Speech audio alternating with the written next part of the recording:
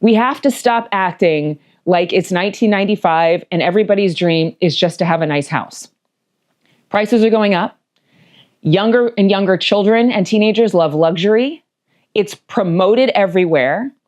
And we are going to be behind if we don't assist this generation in their desire to get wealth and their ability to maintain it. A lot of people are uncomfortable talking about two things, God and money. Most Gen Zers love talking about money. In fact, they want to be extremely wealthy. 17 years old and I make 6 figures a year strictly online, and I'm gonna tell you guys how I do it. I became a millionaire at 23 years old, and the biggest piece of advice that I could give you guys is that networking is completely overrated. Get ready with me while I tell y'all how I started real estate at 15. I became a multimillionaire at 24, and this is exactly how I did it. The average Gen Z American, that's ages 13 to like 28, they want to make $600,000 annually.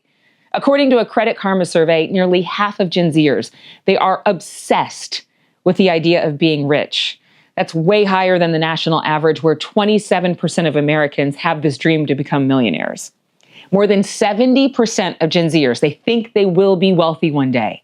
They're the most financially optimistic generation, according to a 2022 survey. And I found this article from Magnify Money. The executive editor there says this is about more than youthful ambition.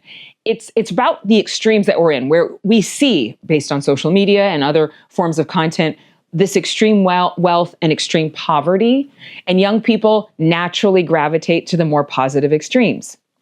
Magnify Money also writes that this concept of investing that really eluded many of us is so much more accessible today, aka Bitcoin. Gen Z really believes that they can harness the power of the market. So in light of all of that, I posed this question to thought leaders, educators, pastors, the media, parents. If this young generation is so serious about making money, what is the best way to report on the economy with them in mind? What's the best way to educate young people about the perils of entrepreneurship that could lead to more anxiety, which this generation is really weighted down by, before they have like a big breakthrough? What's something that pastors and parents can teach them about the purpose of wealth, about generosity? How can we innovate the conversation around wealth instead of sending mixed messages to our youngest Americans? United Way held a Gen Z activism survey in 2024, and around 50% of respondents said that they participated in activism by way of demonstrations and protests. 60% believed demonstrating, protests, was the right ethical, moral thing to do. Morality is actually something that's quite high among Gen Zers, even if it doesn't feel like it. I think I was Gen Z in a past life. I think a lot of us were. You know, we grew up watching megastars like, say, Beyonce. I call it the Beyonce effect. We thought we could be that pretty, that rich, that famous, that successful by age 23. The reality is today, a lot of young people can be very, very wealthy, but I had people in my life who taught me the purpose of wealth. Listen to this Deloitte study.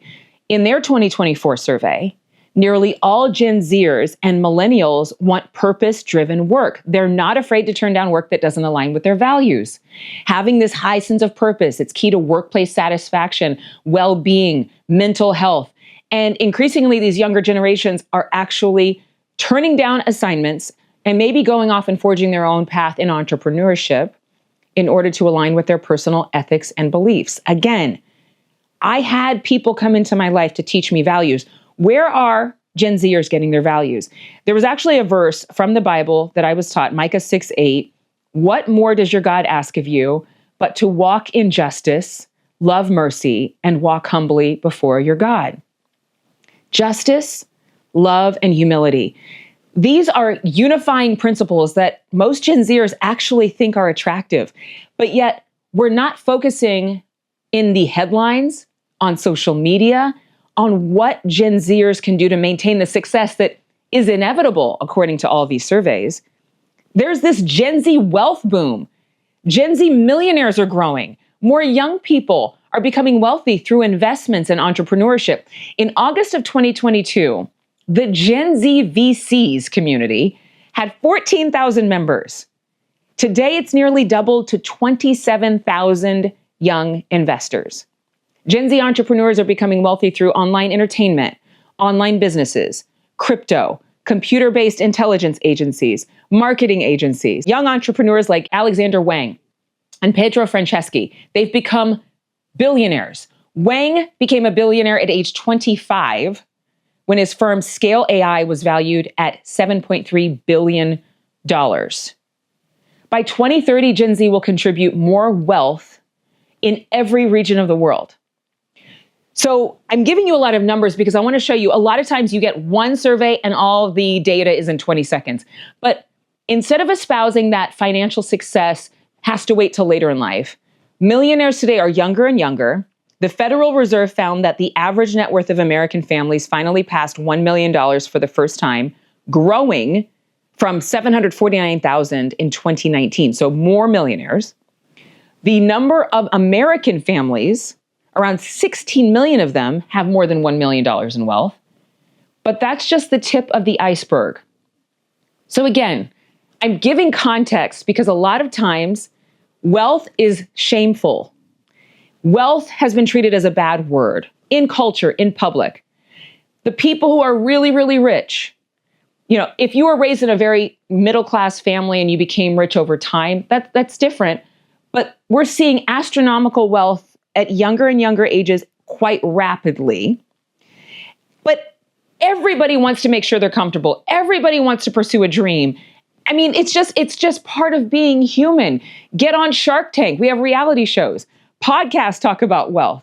The world is concerned more about money and whether or not there will be enough of it due to inflation, the economy, tariffs. My Uber drivers talk to me about building generational wealth for their family. If there was ever an everyman, it was an Uber driver. We have to stop acting like it's 1995 and everybody's dream is just to have a nice house. Prices are going up. Younger and younger children and teenagers love luxury. It's promoted everywhere. And we are going to be behind if we don't assist this generation in their desire to get wealth and their ability to maintain it. We tell the young people, go for the stars. We tell them that they should have good things. We tell them that they can do everything that their heart desires, that they can do what they dream of.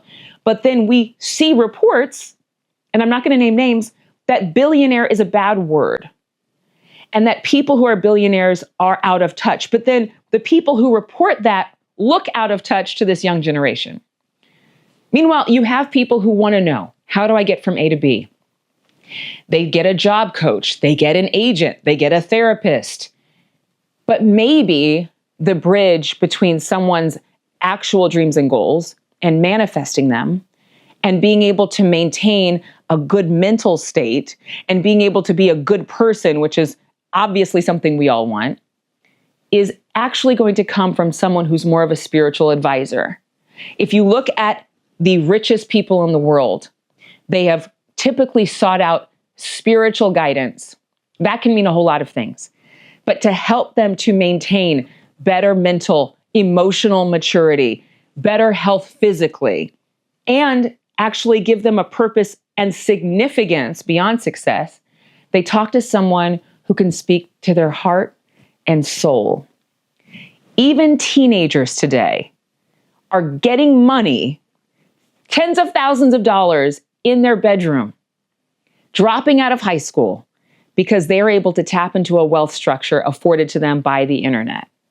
I would encourage all of us to think about innovating the conversations around wealth, around significance, around generosity, and how to actually use some of the universal tenets that faith provides of justice, love, and humility in order to prepare this young generation.